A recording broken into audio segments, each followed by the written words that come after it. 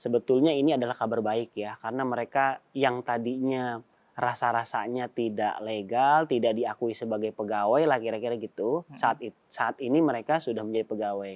Nah, namun masalahnya kemudian ketika mereka sudah menjadi P3K paruh waktu, ternyata gajinya tidak berubah dan justru temuan kami banyak yang di bawah gaji dibandingkan dengan waktu honorer. Jadi lebih rendah daripada honorer kira-kira Berapa gitu. angkanya Mas? Sebut aja Mas. Kalau dari temuan atau misalkan ini rata-rata misalkan seperti itu yang apa namanya melaporkan ke Mas Iman dan kawan-kawan. Iya, yang melaporkan dan serta pemberitaan misalkan Kabupaten Dompu itu P3K paruh waktu 139.000. Mas Iman melihat nih terkait dengan banyak yang sudah beralih dari guru honorer menjadi P3K, apakah semata-mata kesejahteraannya sudah naik? Iya, kami kan mendapatkan banyak laporan ya. Kebetulan saya adalah Kepala Bidang Advokasi Guru di Perhimpunan Pendidikan dan Guru. Kami adalah organisasi profesi, jadi wajar anggota kami lapor gitu ya. Ketika ini baru sekolah negeri ya, teman-teman guru-guru ini sudah diangkat menjadi P3K, masih ada sisa yang belum terangkat, yang masih honorer. Ini kemudian diangkat secara massal oleh pemerintah daerahnya masing-masing lewat Kepmenpan RB nomor 16 tahun 2005, mereka yang kita sebut sebagai P3K paruh waktu.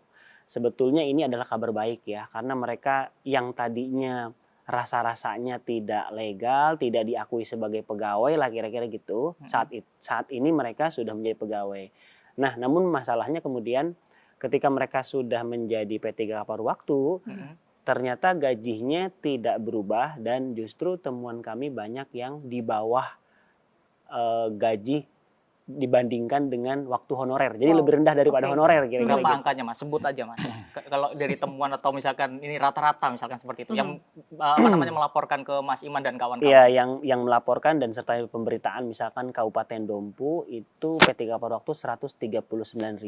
Satu bulan? Iya, 1 bulan. Per 1 bulan itu 1 bulan. Oke. Jadi 1 bulannya 139.000, Musirawas 100.000, lalu beberapa daerah itu banyak 500.000.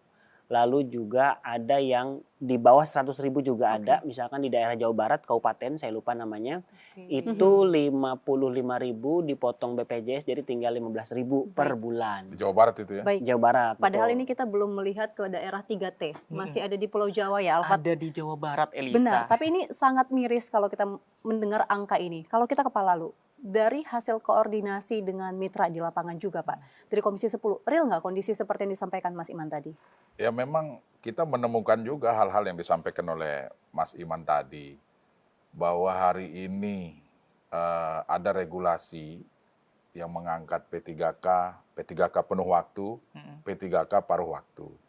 Nah ini kalau menurut kami di Komisi 10, ini sebagai upaya buying time aja ini, mengulur waktu ini.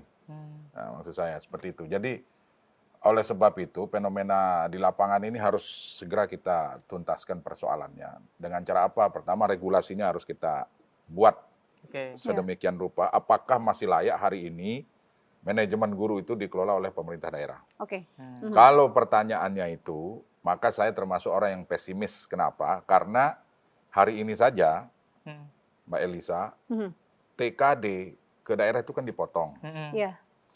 Salah satu sumber untuk menggaji guru-guru honorer kita yang masuk P3K paruh waktu itu dari TKD dari TKD. Nah, itulah sebabnya kenapa hari ini jangankan 150.000, ada daerah yang sampai hari ini belum dibayarkan. Bahkan tidak digaji berbulan-bulan. Tidak digaji berbulan-bulan. Nah itu sumber persoalannya adalah regulasi menurut saya. Yang kedua ya karena itu finansial. Nah saya melihat ada kecenderungan daerah itu tidak mampu lagi untuk memanage guru-guru kita ini. Nah, oleh sebab itu kami di Komisi 10 melalui regulasi kita nanti akan persiapkan melalui Undang-Undang Sisdiknas hasil revisi Undang-Undang 20 tahun 2003, klausul ini akan kami masukkan. Di samping hari ini kami menyampaikan kepada mitra bahwa ini PR utama yang harus dituntaskan.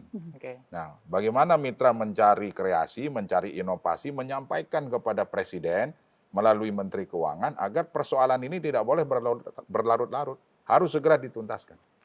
Kalau Pak Lalu melihatnya dari sisi anggarannya Alfat ya, tapi kita coba ke Mas Iman melihat kira-kira penyebab dari kondisi ini apa selain dari anggaran tadi Mas Iman? Selain dari pemotongan TKD tadi ya? Benar. Iya, memang pemotongan TKD itu ya sumber utamanya di Undang-Undang APBN ini kan 769, TKD itu 264 triliun di tahun 2026 ini. Dan kalau saya lihat secara kronologi dari tahun 2024, 2025 ke 2026 memang kronologinya turun anggaran ini, itu satu. Yang kedua memang ini menjadi PR bersama kita secara regulasi, memang guru itu diatur oleh banyak sekali undang-undang. Iya. Terutama undang-undang pemerintah daerah, undang-undang ASN, yang mana ini juga saling berbenturan. Misalkan kasus yang terbaru 2 hari yang lalu saya baru pulang dari Kabupaten Serang, itu guru-guru yang diangkat itu hanya simbolis saja. Jadi memang tidak ada gajinya, bahkan mereka masih digaji oleh dana bos. Bahkan sehari yang lalu dari Kabupaten Lumajang berstatement bahwa guru-guru ASN P3K paruh waktu itu tidak mendapatkan THR karena dianggap bukan ASN. Padahal Ini saya sudah bingung P3K juga. kan? Iya, Kok padahal bisa kan dianggap bukan ASN ASN P3K gitu? gitu. Jadi ketika soal THR dia bukan ASN kira-kira gitu. Jadi sudah gaji 100.000 tidak dapat THR Diskriminatif ya. dan sebetulnya ini sangat mendesak. Bentar lagi kan Lebaran ya. Makanya kami ada harapan sekali bagaimana ini menyelamatkan guru-guru ini minimal mereka bisa lewat Lebaran gitu loh.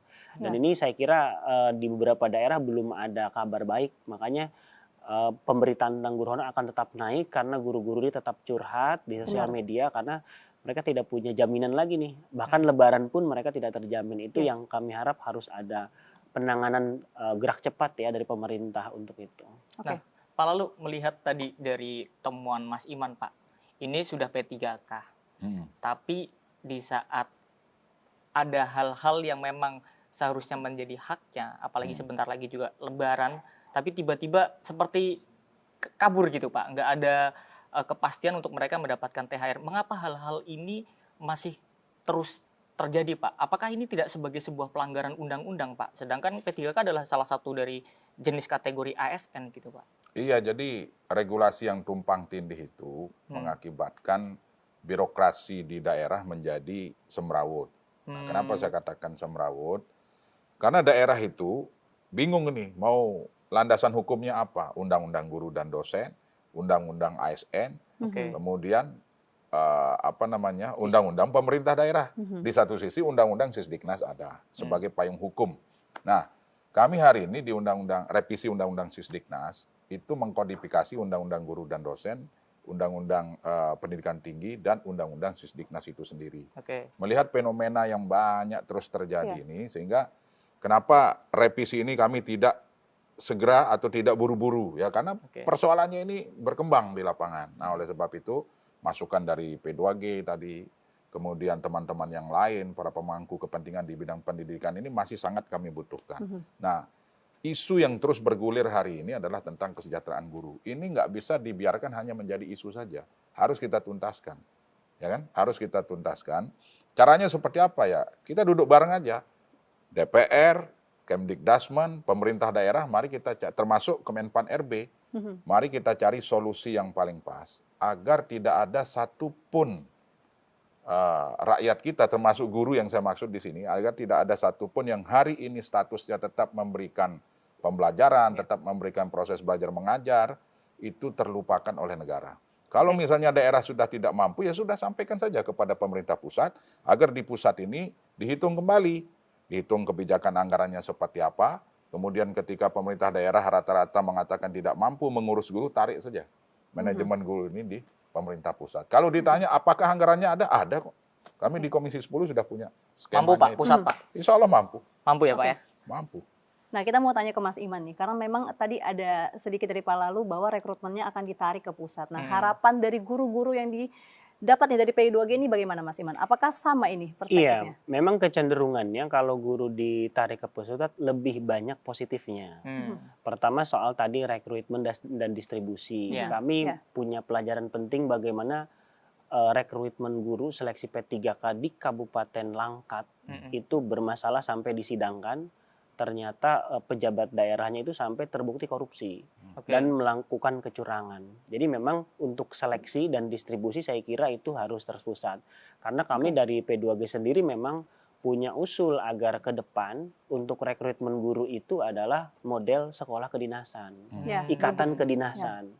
Jadi memang yang benar-benar ingin jadi guru, bercita-cita jadi guru sejak mungkin kalau bisa sejak SMA ya, Ya. dia sudah passionnya jadi guru dan dia bersedia dikirim ke seluruh Indonesia sebagaimana stan gitu ya, sebagaimana Stis. jaksa, polisi di Ya. seluruh Indonesia. Jadi saya kira juga itu akan menutup kemungkinan kekurangan guru di seluruh Indonesia. Mereka siap ditempatkan di mana saja. Berbeda dengan seleksi P3K sekarang yang mereka terkunci di beberapa daerah. Belum lagi ada keributan antara Pemda kota dan provinsi, kepindahan-kepindahan ini. Dan saya kira ini tidak menjadi solusi, malah menjadi persoalan yang terus-menerus. Jadi saya kira ya kami tetap mendukung ya DPR terus menggodok undang-undang Sisdiknas, kodifikasi, mungkin kodifikasi akan diperluas ya karena kan menyentuh tidak hanya 3 undang-undang Sisdiknas, guru dan dosen dan juga undang-undang perguruan tinggi, tapi juga undang pemerintah daerah dan juga undang-undang ASN mungkin akan kena efek ya. Apakah itu ikut digabungkan jadi 5 saya nggak tahu gitu ya. Nanti akan kita pikirkan bersama. Tapi itu jangka panjangnya. Jadi jangka panjangnya kita harus punya landasan undang-undang yang sangat jelas, clear, tersistematisasi. Jadi kalau kita baca definisi Undang-Undang Sisdiknas 2003 itu kan satu sistem. Sekarang kondisinya guru itu multi sistem. Ada guru karirnya di Kementerian Agama, kerjanya di Kemendikdasmen. Sekarang ada guru Kemensos, ada guru Kemdikti juga karena di bawahnya Dikti gitu. Jadi saya kira ini harus dirapihkan kembali supaya tidak kusut karena ini juga karir gurunya juga menjadi kusut sehingga kesejahteraannya ikut kusut kira-kira gitu.